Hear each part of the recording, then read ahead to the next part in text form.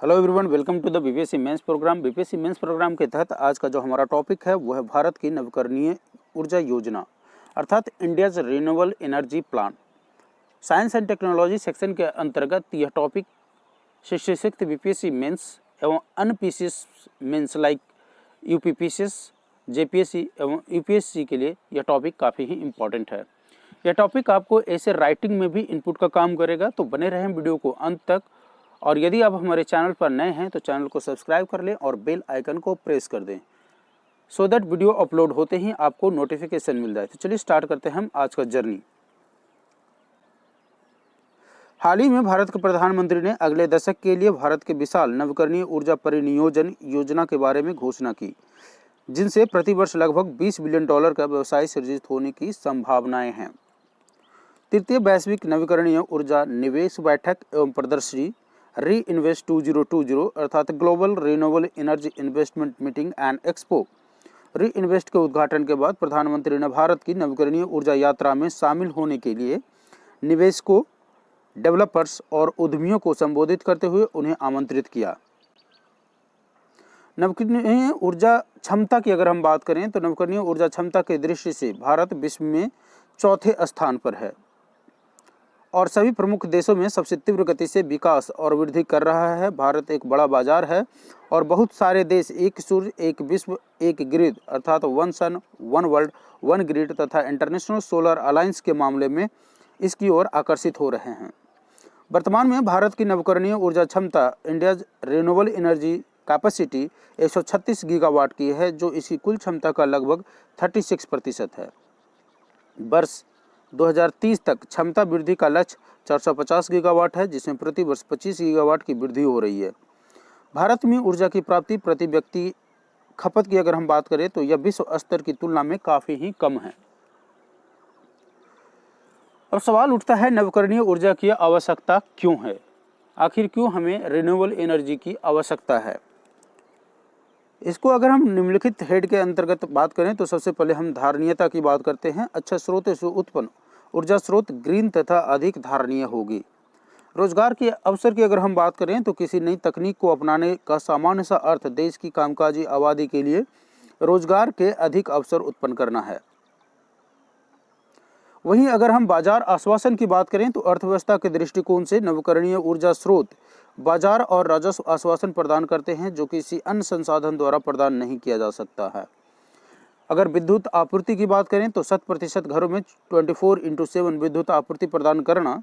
धारणीय परिवहन कुछ ऐसे लक्ष्य हैं जो केवल नवीकरणीय ऊर्जा के माध्यम से धारणीय ऊर्जा से प्राप्त किए जा सकते हैं। सरकार के द्वारा अब तक की गई अगर हम पहल की बात करें तो उसमें PLI योजना अर्थात production linked incentive scheme, production linked incentive scheme है। उसमें विनिर्माण प्रोडक्शन लिंक्ड इंसेंटिव स्कीम के तहत विनिर्माण क्षेत्र को बढ़ाने के संबंध में भारत सरकार की यह एक उत्कृष्ट पहल है। यह योजना घरेलू विनिर्माण को बढ़ावा देने और इलेक्ट्रॉनिक उपकरणों तथा अर्धचालक पैकेजिंग सहित निर्दिष्ट इलेक्ट्रॉनिक घटकों में व्यापक निवेश को आकर्षित करने के लिए उत्पादन से जुड़े प्रोत्साहन को प्रदान करती है। प्रधानमंत्री किसान ऊर्जा सुरक्षा एवं उत्थान महाअभियान PM कुसुम की अगर हम बात करें तो PM कुसुम योजना का लक्ष्य 2022 तक 25,750 मेगावाट की सौर ऊर्जा क्षमता का दोहन करके किसानों को वित्तीय एवं जल सुरक्षा प्रदान करना है। जल यंत्रों का सोलराइजेशन उपभोक्ताओं के घरों तक सीधे विद्युत वितरण की ओर उठाया गया एक कदम है। नवीन एवं नवीकरणीय ऊर्जा मंत्रालय की वेबसाइट पर अक्षय ऊर्जा पोर्टल तथा भारत अक्षय विचार विनिमय आईरिक्स पोर्टल भी उपलब्ध है। यह आईरिक्स पोर्टल एक ऐसा मंच है जो ऊर्जा के प्रति जागरूक भारतीयों तथा वैश्विक समुदाय के मध्य विचारों के आदान प्रदान को बढ़ावा देता है। अगर हम अगले 5 वर्ष के लिए भारत के प्रमुख कदम को देखें तो उसको हम इस तरह से देख सकते हैं। सबसे पहले दोहरी चुनौती के रूप में लोगों को अधिक से अधिक ऊर्जा के साथ साथ स्वच्छ ऊर्जा प्रदान करना भारत के लिए दोहरी चुनौती है। भारत में सभी घरों में विकेंद्रीकृत ऊर्जा की आपूर्ति के साथ साथ रोजगार सृजन की मांग को देखते हुए आत्मनिर्भर भारत पहल के तहत सौर पैनलों के निर्माण पर ध्यान केंद्रित किया जाना चाहिए। विनिर्माण क्षेत्र से संबंधित सभी घटकों के संपूर्ण आपूर्ति श्रृंखला पर ध्यान दिया जाए और साथ साथ उनका विकास किया जाए। मिथेनॉल और बायोमास की अगर हम बात करें तो मिथेनॉल आधारित अर्थव्यवस्था और बायोमास जैसे अन्य विकल्पों की तलाश करना।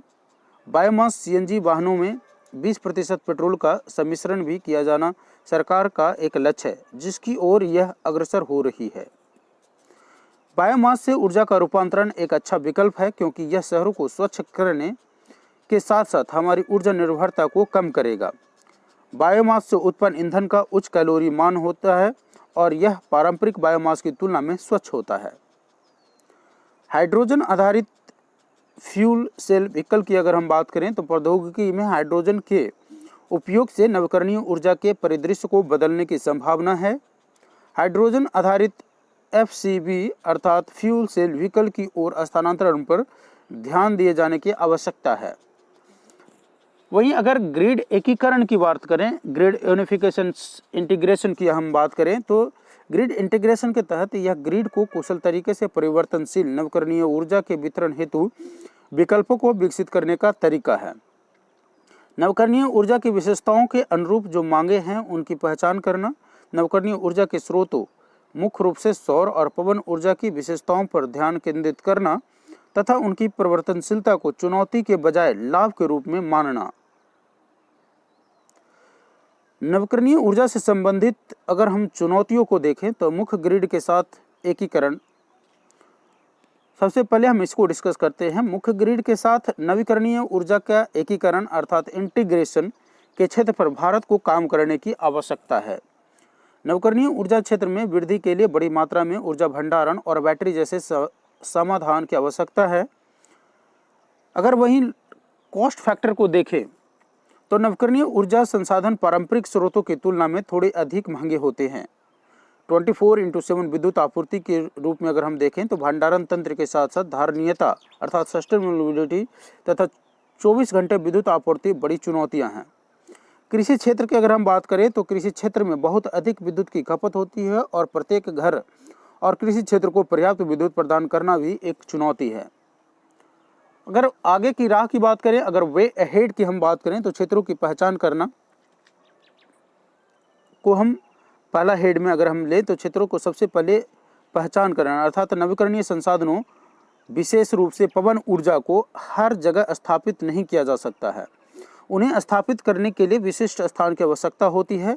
इन विशिष्ट स्थानों की पहचान, उन्हें मुख्य ग्रिड के साथ एकीकृत करना और ऊर्जा का वितरण, संयुक्त रूप से यह तीनों भारत को नवीकरणीय ऊर्जा के क्षेत्र में आगे ले जाएगा। अन्वेषण की अगर हम बात करें तो ऊर्जा के भंडारण के अधिक विकल्प को तलाशने की आवश्यकता है। अब हम बात कर लेते हैं कंक्लूजन की ओर। तो कंक्लूजन में आप इसे इस तरीके से कह सकते हैं, भारत को स्वच्छ ऊर्जा लक्ष्यों को प्राप्त करने के लिए एक सुनियोजित रोड मैप की आवश्यकता है, जिसके लिए नीति आयोग एनर्जी विजन 2035 की तैयारी में है। भारत को विविध ऊर्जा स्रोतों पर ध्यान केंद्रित करने की आवश्यकता है। इनमें कोई संदेह नहीं कि सौर और पवन ऊर्जा में अधिक क्षमता है, परंतु हाइड्रोजन भी भारत की ऊर्जा परिवर्तन में क्रांतिकारी साबित हो सकती है। वर्ष 2050 तक जीवाश्म ईंधनों का स्थान पर पूरी तरह से नवीकरणीय ऊर्जा के प्रयोग की आशा की जा रही है। निकट भविष्य में भारत के बुनियादी अवसंरचनाओं में निवेश, क्षमता निर्माण और बेहतर एकीकरण जैसे क्षेत्रों पर काम करने की आवश्यकता है। आज के इस वीडियो में बस इतना ही। अगर आपको हमारा वीडियो अच्छा लगे तो अपने दोस्तों के बीच शेयर ज़रूर करें and you can use this input in your mains writing. So thank you for watching this video.